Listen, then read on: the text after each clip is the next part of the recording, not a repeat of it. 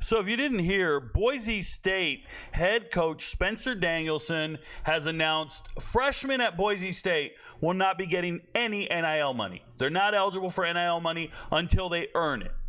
Now, I understand the sentiment, and I'm with him, right? You want to earn that money. You don't get any coming in because players are showing up, getting paid, never playing, and then hitting the transfer portal and leaving and taking your money. And a lot of the blue bloods are dealing with this right now. You're signing a great player out of high school, and you're paying him to lift weights in your building, and then he hits the transfer portal and goes to somebody else who will pay him more next year. I would say this is like saying I won't pay for a first date. No fancy dinners on a first date, bro. I don't know if you're dedicated to me. I don't know if you're going to stick around. You got to earn it.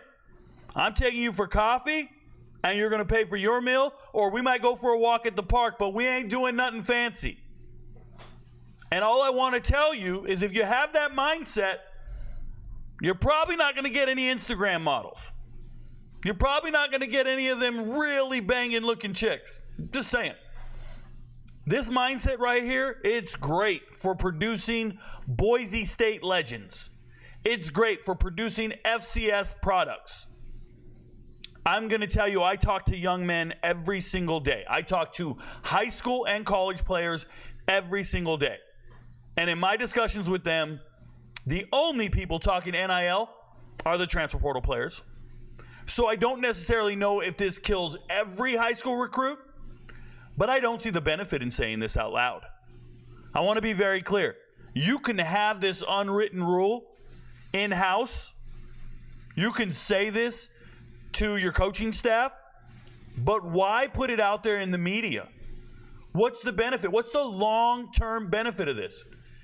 I don't see it, right? The kids can find out the hard way when they commit to Boise State and realize I'm not going to get any NIL money. It's only there for the upperclassmen. We only have so many donors to go by. It's only for the transfer portal additions. But there's just no value in telling people outside of, you don't want to blindside them, right? You want to be transparent and honest up front. Gotcha. But let me say this to you guys. You ever been on a dating app? You ever been trying to find a girl on a dating app? I've been there, bro. I went there late in my 30s. I was 35 years old when I got divorced. I was on a dating app for about 4 years. And I want to tell you, no. I'm getting the years wrong. I was 30 till 35. So 5 years on dating apps and different websites and whatnot. And I would read a profile. And let's just say if it said a red flag, I stopped reading. I wasn't interested. Right? So if the profile says, I remember one girl put, my kids come first. I remember that on the profile. My kids come first. I immediately stopped reading. If I see any dating profile and it says my kids come first, I don't want to talk to you. I don't even want to know who you are. You don't belong in my life. Because that phrasing, the only thing I want to ask you is who the fuck's debating you? Like, who's really debating you right now? Who are you talking to? Who's that message for? Because it doesn't pertain to me. I never met anyone in my life who doesn't think kids come first. So you wrote that message for a lower caliber of person. You wrote that message for a certain demographic of man that you interact with. I want no part of that. Sounds like you date fucking criminals or losers. You're stressing your kids come first? I'm not reading the rest of this shit, bro. You come from a different walk of life. You sound crazy. Nobody thinks kids don't come first. So when I'm looking at a coach and he starts saying, you got to earn it. No shit, coach. We know we got to earn it. No one wants to give money to players just for the hell of it. We saw Texas A&M a couple of years ago. And their all-time great recruiting class, giving every kid $1 million. It didn't pay off. It didn't do anything. We know this. I think if you're interested in going to Boise State, you're not interested in Boise State's nightlife. You're not sitting there going, oh, man, Boise, man, they got them fine-ass girls up in Boise. Make sure you get to that warm weather state of Boise. No, you're probably a leftover athlete from Southern California. USC, UCLA doesn't want you, and now you're debating between the Mountain West teams. And you said, I'll go to Boise because they tend to get to bowl games and they make guys professionals. I don't know of anybody really holding out on Boise like, yo, I'm waiting for them to give me money. Got to get the bag. I don't see that. These kids want to go to Boise. They're looking for an opportunity. Every kid I ever talk to, I do high school film review. I do 2 videos a day on TikTok. Every single one of them says, Rico, I just need an offer. I just want a D1 offer. I just want a D1 offer. Nobody said, Rico, I just need a bag. I just need some money. Now, the 4- and 5-star kids, the ones hiring agents, they're not interested in you. They're not looking at you. It's the Instagram models. They don't want you, bro. You drive a Camry. They want to make a video on top of a fucking Ferrari. What are you doing? I don't understand it, and I hope everybody understands what I'm saying. It's like he said this message in this quote, but who's it directed at? Who's holding you hostage, bro? Who's asking you for money? I'd love to know which freshman out there, which incoming freshman is demanding money from you. I'd love to know. Dude, Juju Lewis ain't going on no trips out there. It's Boise fucking State, bro. Get your leftovers, develop your players, knock it out the park. Find a dude who don't speak English and can rush the quarterback. You guys better look into that. They got an amazing pass rusher who doesn't speak English, or at least he didn't 5 years ago.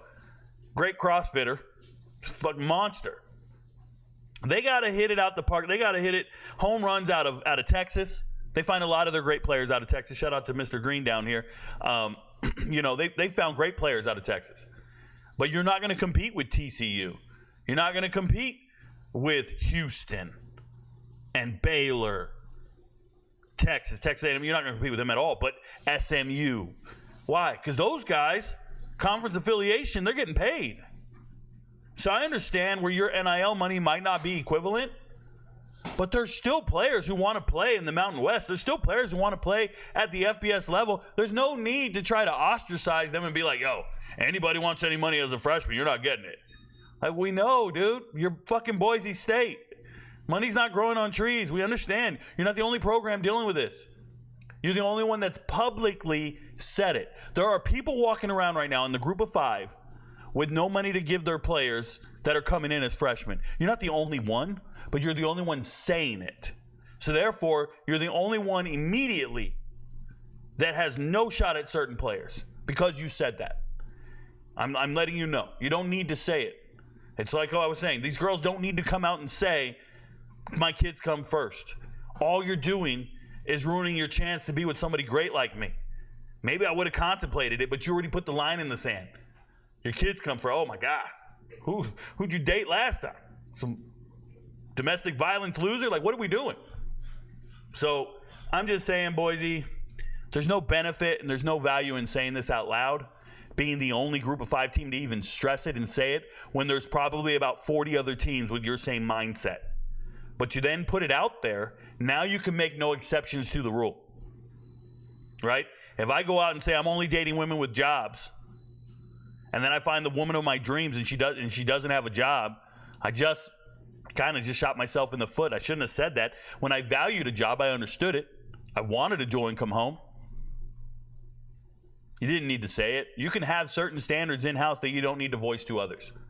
So, and this is Spencer Danielson, new coach, new program, trying to do what, the desired end state and the execution are 2 different things. And these are men that are experienced in leading football and teaching fundamentals of football. And I don't think they're always the best CEOs. I don't think they're always the best decision makers in this regard. They're really good on a Saturday in between the 60 minutes of the clock. But right here, right now, that was a very terrible business decision.